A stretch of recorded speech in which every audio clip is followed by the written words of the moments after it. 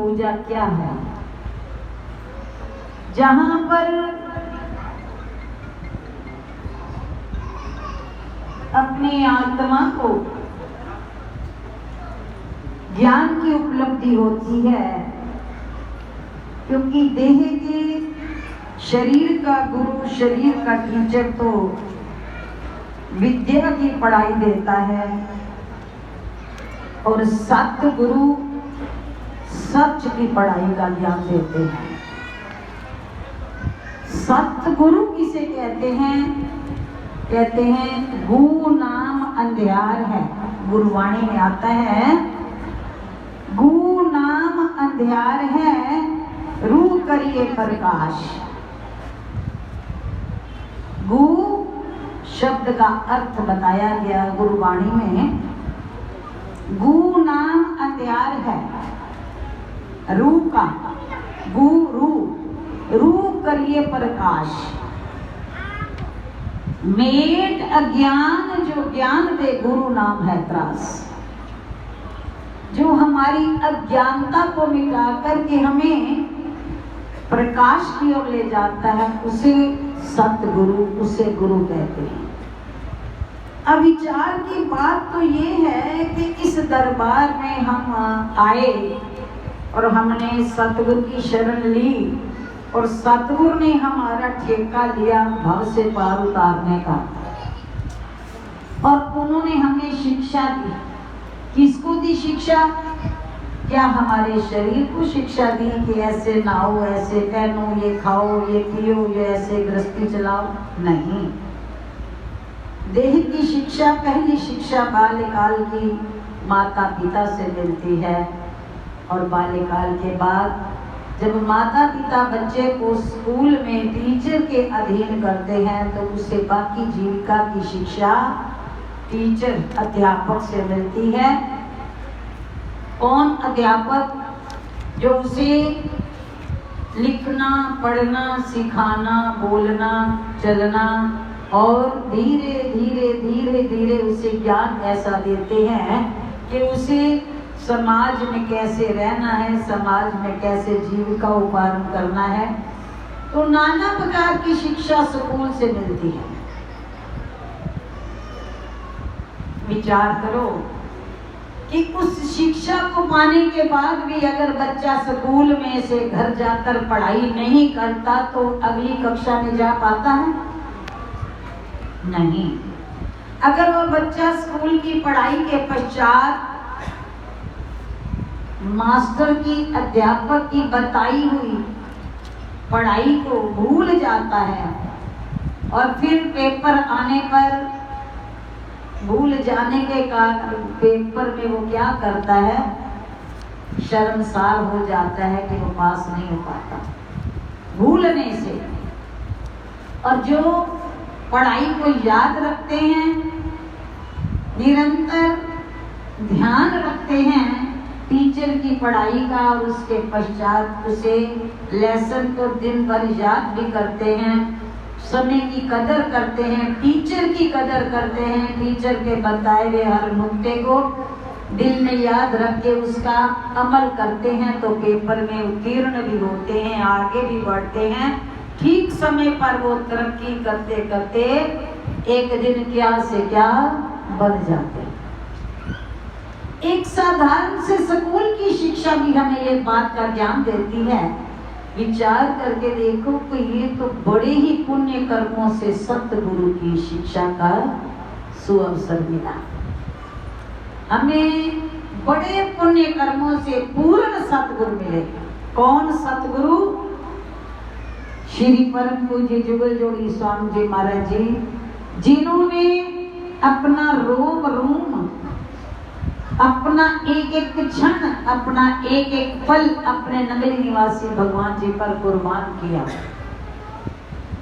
और उनका ही रूप बन गए, उन पर न्यौछावर हो करके। अभी पूज्य बाई जी ने सारी संगत को मस्त किया। क्या भाव थे उनके?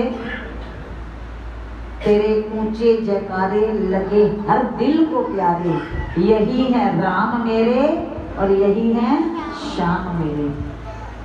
सभी जानते हैं जगत विख्यात श्री नगरी निवासी भगवान जी की लीला को कि आज के इस घोर कलयुग के अंदर किसी भी फकीर ने अगर तपस्या की होगी तो उसकी तपस्या के पीछे कोई स्वार्थ होगा, उसकी तपस्या के पीछे कोई उद्देश्य, कोई लक्ष्य, कोई प्राप्ति होगी। लेकिन श्री नगरी निवासी भगवान जी ने जो 13 साल गुफा में बैठ करके, मिट्टी में गुफा में बैठ करके तप किया, उनको केवल गुरु की आज्ञा हुई श्री परमहंस दयाल जी की, और उनकी आज्ञा से उन्होंने जो घोर तप किया, उस तप में उनका अपना कोई तिल मात्र भी लक्ष्य नहीं, केवल इतना पता है कि गुरुदेव ने आज्ञा दी है कि आपने तपस्या पे बैठना, बस। नहीं पूछा कब तक, नहीं पूछा कहाँ, क्या भोजन, क्या शरीर चला, कुछ भी नहीं। केवल अपने हाथों से श्री परमहंस दयाल जी आगरा में तपोभूमि में जाकर धूना रमाकर हरिहर बाबा को जब बिठाया, और वो धूना आज भी गर्म है, जो श्री परमहंस दयाल जी के पावन कर कमलों द्वारा धूना रमाया गया नगरी निवासी भगवान जी की तपस्या पर बिठाने के लिए, वो धूना आज भी गर्म है। प्रेमियों, दुनिया के किसी कोने में भी चले जाओ, निष्काम सेवा, निश्चल भक्ति, निस्वार्थ प्रेम, जगत कल्याण के लिए जिन फकीरों ने किया है, युग बीत जाएंगे, दुनिया में क्या से क्या हो जाएगा, लेकिन उन फकीरों की सच्चाई को कभी आंच नहीं आ सकती। उनकी तपस्या का बल, जिनके चरणों की एक धूल कण मात्र मस्तक पर लगाने मात्र से हजारों बीमारियां दूर हो जाती हैं, वो धूल आज भी जिस स्थान पर उनका वाक हुआ कि इस स्थान से चरण धूल बनेगी। श्री गुरु महाराज जी जब तपस्या से उठे 13 साल के बाद, वो भी अपने आप नहीं उठे, उन्हें तो कुछ पता ही नहीं है कि शरीर कहाँ है, उन्हें कोई मतलब नहीं देह से, उन्हें तो केवल परमहंस दयाल जी की आज्ञा अनुसार जब बैठे तो प्रारंभ में कुछ समय जो गुफा के ऊपर नीम का वृक्ष था, उस वृक्ष के जो पत्ते गिरते, बस वो पत्ते मुख में डालते और कुएं से जल लेकर के आहार ले लेते जब जरूरत पड़ती, वरना बैठे बैठे महीनों बीत जाते।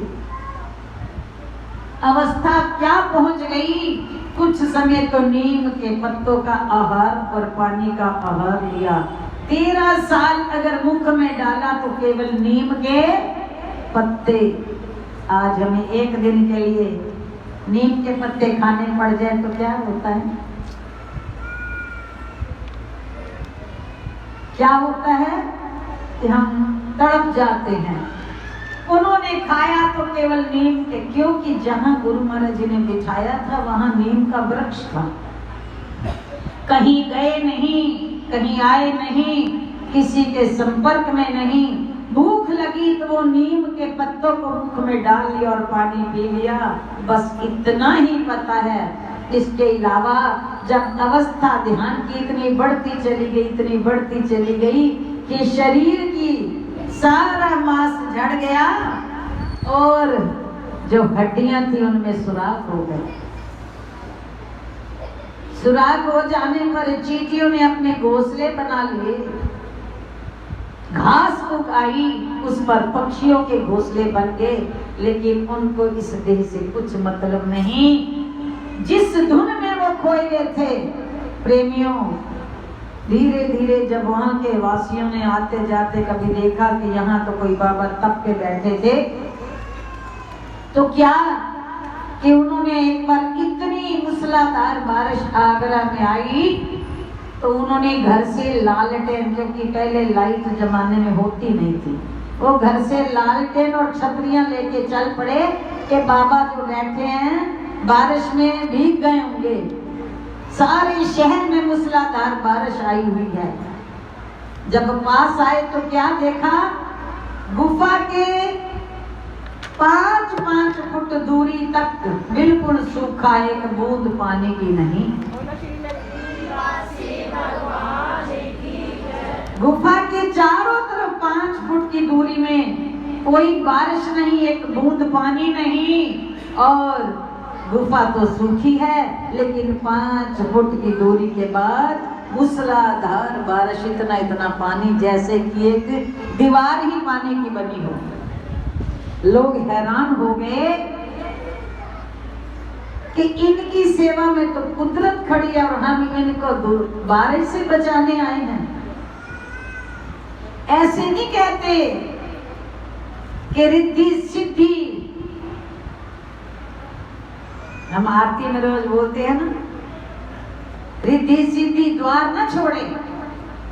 रिद्धियां सिद्धियां भी उनका दरवाजा नहीं छोड़ती जो नाम की सिमरन में अपने आप को भूल जाते हैं।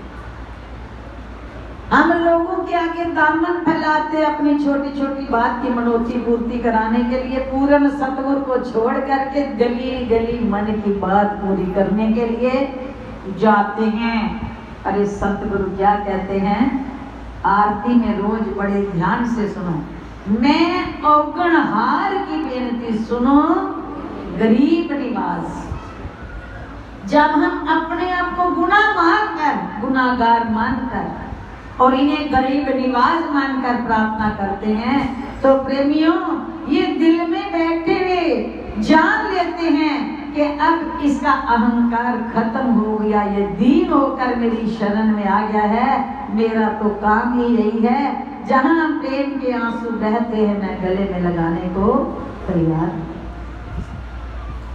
लेकिन जब तक हमारे ऊपर संसार का मान, शोहरत, दौलत का नशा, पद अधिकारों की गरूरी, समाज के अंदर अपने आप का रुतबा, और इन सब की हमारे ऊपर एक अलग तरह की धूल जमी होती है इन विकारों की, तो मन कबूल नहीं कर पाता। 100 बार सत्संग सुनते हैं फिर भी झुकना भूल जाते। लेकिन जब जीवन की सत्यता का कभी बोध होता है, कभी जीवन में उथल पुथल होने से, तो एहसास होता है कि जीवन का सत्य है क्या, जीवन सच में है तो केवल इनके साथ है, और जो इनसे जुड़े हैं उनकी सदा बल्ले बल्ले। सुन रहे थे ना भजन में, अभी भजन में भी सुन रहे थे, भजनों के माध्यम से आभास हो रहा था कि जिनके जीवन में ये आ जाते हैं, और जो अपने अंतर मन, जीवन में आने का मतलब ऐसा नहीं कि जितने प्रेमी जन बैठे हैं उन्होंने गुरु महाराज जी को अपनाया नहीं है, अपनाया है, नामधारी बने, गुरु दरबार में आते हैं, नित्य नियम करते हैं, लेकिन अंतर है। जिनके दिल में इनके सिवाय ना तो कोई चाह है, ना कोई तलब है, ना किसी का फक्र और भरोसा है, जिनके दिल में ना देह का, ना दात का, ना परिवार का, ना मोह संबंधी किसी रिश्ते का, अगर मान है जिसके दिल में प्रेमियों, विचार करना, शब्दों पे गौर करना, दिल की बात हो रही है, यहाँ जुबान की बात नहीं हो रही। जुबान से तो हम बहुत बार अभी इतनी दुनिया गा नहीं रही थी, यही गा रहे थे ना कि मेरे तो सब कुछ ही है, कह रहे थे ना। लेकिन जब कभी समय आता है तो पता लगता है कि मेरे पूर्ण सतगुरु है मेरे साथ, या मेरा अपना मान भी मेरे साथ है। तो दिल के अंदर जब उनके भरोसे के सिवाय किसी और का भरोसा नहीं आता, तो प्रेमियों ना तो होठ हिलाने की जरूरत, ना किसी को बताने की जरूरत, क्योंकि ये जो रिश्ता है सत्संग में आ रहा है कि गुरु का रिश्ता हमारा क्या है, इस स्कूल से हम क्या पढ़ाई लेने आए हैं, केवल आत्मा की, केवल आत्मा की, देह की नहीं। अब कहो कि आत्मा का हमारे व्यवहार में, परिवार में क्या संबंध है? अरे बिना आत्मा के तो सांस ही नहीं चल रही। अगर हम कहें कि आत्मा का हमारे जीवन ग्रस्त में और हमारे शरीर में क्या विशेष महत्व है, तो जरा अपने जीवन पर सर्च मार कर देखो कि हमारा जीवन किसके बल पे टिका हुआ है। अपने, किसी के नहीं, आस पड़ोस के नहीं, केवल अपने भीतर ही सर्च मार के देखो कि सांस किसके बल पे चलती है। सांस के बल पे शरीर है ना, तो सांस को चलाने वाला कौन है? साइंस, साइंस चला रही है हमारे श्वास। बोलो, माया चला रही है हमारे श्वास। विद्या और पढ़ाई हमारे श्वास चला रही है। पुत्र परिवार, माता पिता हमारे श्वास चला रहे हैं। हमारे पद अधिकार हमारे श्वास चला रहे हैं। हमारी जिंदगी का तमाम दारमदार श्वासों के हाथ है, लेकिन हमारे श्वास कहां से चल रहे हैं? जिस घट में आत्मा है, उस आत्मा का संचार श्वास पर है। अब इसीलिए इसी बात पर जो अब तक हम भूले भटके बैठे हुए, जिंदगी गुजार करके बैठे हैं, हमें यही नहीं पता कि मेरा रिश्ता गुरु के साथ है क्या। मैंने गुरु की शरण ली तो यहाँ से लेना क्या है?